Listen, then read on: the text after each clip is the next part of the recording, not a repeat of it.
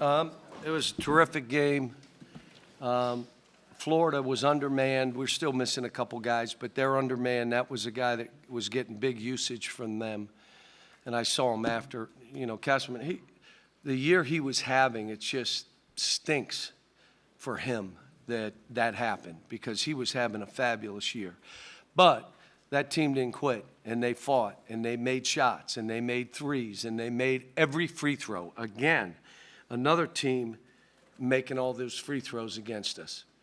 But it was a good gutted-out win for us. Chris's tip-in, Antonio's 2 free throws, Jacob's 3.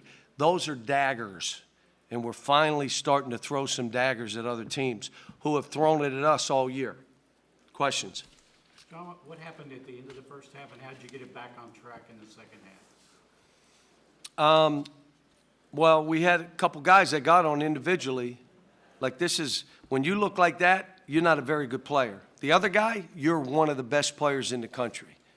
And he played really well in the second half. I had to tell the team after because the Duke played well. Damian played well. Lance played well. And I just went with the 5 guys because I was trying to win the game. But they were happy in the locker room and doing it. And then the other thing is Chris Livingston was ridiculous today. But he's been ridiculous for the last couple weeks. And he's doing it. His stuff is that energy, the diving on the floor, the going after offensive rebounds because he attempts them. And then rebounding defensively with 2 hands. He's been a monster. But at halftime, I just said, look, they're going to try to beat us shooting threes. Do you understand that? So you have to be closer, and you must have hands up. Make them drivers.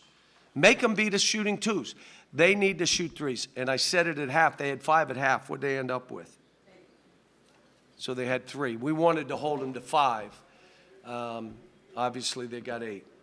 John, you mentioned the 3 Jacob hit, and he hit 2 tonight. Is he becoming a guy whenever he's open from 3, just shoot him? I mean, he's over 50% in SEC play.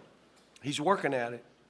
But I'm telling you, the best part of him is going at the rim, those little pull-ups, the little floater. But now it becomes dangerous because if you don't play him and we drive it and throw it to him, he can make it. Cal, playing the 5 starters the entire second half, is that just not affording to be able to take any of those guys off the court? Yeah, it was a 2-bucket game. Now, how fair would that have been for Adu or Damian or Lance? It wasn't the kind of game that if I was going to do it, I would have done it in the first 5 or 6 minutes. But after we got by and there was 11, 10 minutes, I told the staff if I got to use a timeout to give them a break. I almost called one at 4:26 because I thought, okay, let's get one and let's get a long break here. But, he ended up calling one, I think, at 4:09 when we went up 9. That's back-to-back games now. Oscar's shooting that mid-range jumper, consistently making it with confidence. What does that do for the offense and for him specifically? What's changed for him?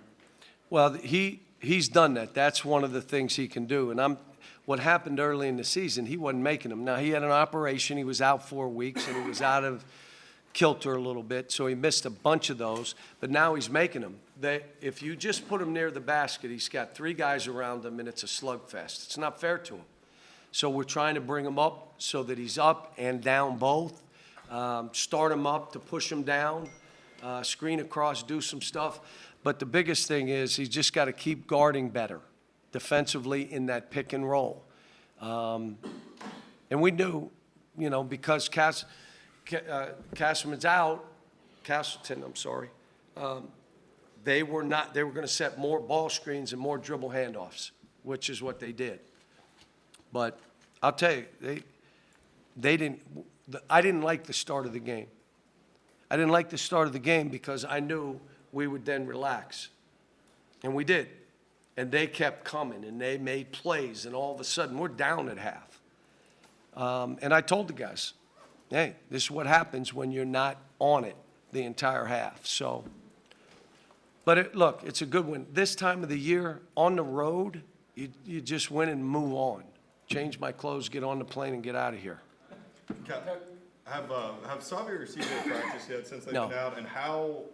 They're working out, but the trainers, the weight room and all the stuff they're doing, They got two different kind of injuries, but they're injured. And one of the things that I know, you trust a player because only he knows his pain. You know, don't question it. If he's in pain, they shouldn't be playing. But I told them both, we need you. I got no Psalms. It's hard when and you know what CJ said? Coach, when I come back, Antonio and Chris are playing so well, I know I'm going to go in, and if I make some threes, I may play more, but I know my position right now because I'm watching. And Severe makes us different.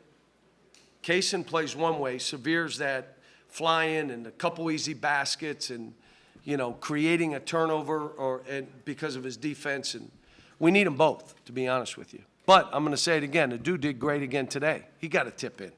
Is it tough to incorporate them back in the lineup when they do come back, or is it just you get them back and then it's the easy part? We'll just have to see.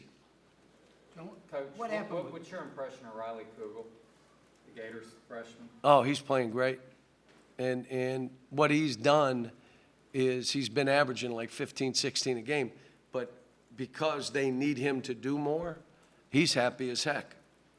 Like, I'll do more. Let me do more. So he played great again today. And Not just to his overstate the Chris his thing, future. because he's been having good minutes all year, like you talked about with the Tippins, but his emergence offensively, is that the kind of thing that can just change a season? Just that, adding that extra piece on the scoreboard? Say it again. Chris, just his Are emergence. you talking my Chris? Yeah. No, it's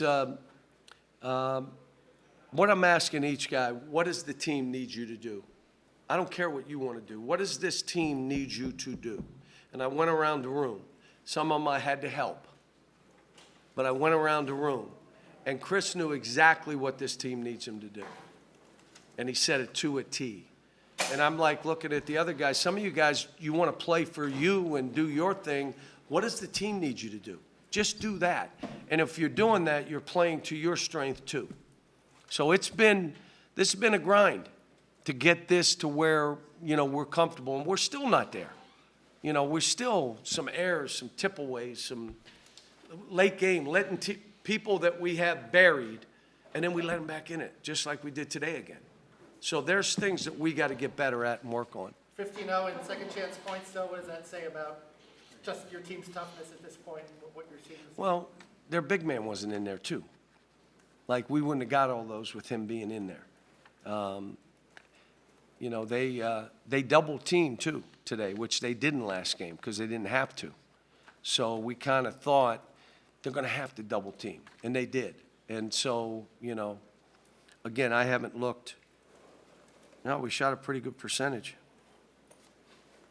53. Jeez. Cal, And they shot 50. We got to be, everybody shoots 50 against us. Cal, what was the It's like my first year at UMass. What was the explanation you were given on what happened with Kaysen on the sideline with the fans over there? My whole thing was, you know, come on. You can't, well, we're going to throw him out. I grabbed him around, you know, but anyway, it's fine. I mean, that game was a rough house game, and Florida never stopped playing, and they were gritty as hell. And, you know, I wished them luck. I'm glad we're not playing them anymore because if they play that way, you watch what happens. You watch. If they play the way they just played us, I don't know what their schedule is and who it is, but if they do that, they'll be fine. Thanks, folks.